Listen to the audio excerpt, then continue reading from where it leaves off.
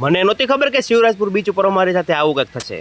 જય શ્રી રામ મિત્રો, સવારના 5 વાગ્યામાં નીકળી ગયા છે રખડવા માટે. ક્યાં જાય છે જોવા માટે વિડીયો જોતા રહ્યો. જેવા અમે હાઈવે ચડ્યા કે ગાડીને લાગી ગઈ તરસ ને પછી હું અમને લાગી ચાને તલબ, તો પછી અમે ખાઈ લીધા ગાંઠિયા અને થેપલા ને મસ્ત મજાની જમાવટ આવી ગઈ. પછી હું ગાડી કાઢીને પાછા નીકળી ગયા. આ છે મારો શર્મીલો દોસ્તાર. हम जहाँ खड़े होते हैं लाइन आगे से शुरू हो जाती है. भाई આ મંદિર કેવું છે ફટાફટ કમેન્ટ કરી નાખો. ના ભાઈ કોઈને ગોતતા એવું લાગે છે. તમને કહી દો, આ મંદિર છે રૂક્ષ્મણી મંદિર, જે આવેલું છે દ્વારકામાં. ભાઈ દ્વારકા આવ્યા છીએ અમે. આ મંદિર એક માન્યતા છે કે અહીંયા આવો તો તમારે મીઠું પાણી પીવું પડે. તમે પી લીધું નારિયેળ પાણી, ના ભાઈ તમારે નારિયેળ પાણી વેચવાય મળ્યા. પછી કરી દીધું થોડુંક દાણ પુણ્ય. જય ગૌ માતા. પછી અમે આવી ગયા નાગેશ્વર, દેવો કે દેવ મહાદેવના દર્શન કરવા માટે. તો ચાલો તમે પણ કરી લો ઘરે બેઠા મહાદેવના દર્શન. લખી નાખો હર હર મહાદેવ. મહાદેવના દર્શન કરીને ખરેખર મનને મળી શાંતિ, પણ મગજ હજી આમ તેમ ભટકે નહીં ને, એટલે આપણે કપાળા લગાડી લીધી ભભૂત. ને કહેવાય છે ભભૂત લગાડો તો મન રે શાંત. ત્યાં તો સાક્ષાત મહાદેવના દર્શન થઈ ગયા. બહાર આવીને જોયું ને તે સાધુ મન દેખાઈ ગયા. મને લાગ્યા કોકને ગોતે હે. આ મોટું હંતાળે આને જ નથી ગોતતા ને.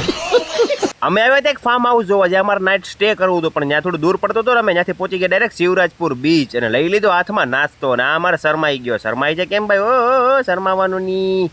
આ અમારે નાસ્તો લઈને શિવરાજપુર બીચમાં ભગડાટી બોલાવવાને. જેવા અંદર આવ્યા ને ત્યાં અમારી સાથે કંઈક થઈ ગયું આવું. પણ એ જોવા માટે તમારે જોવો પડશે બીજો વ્લોગ. તો બીજા વ્લોગ માટે બન્યા રહેજો.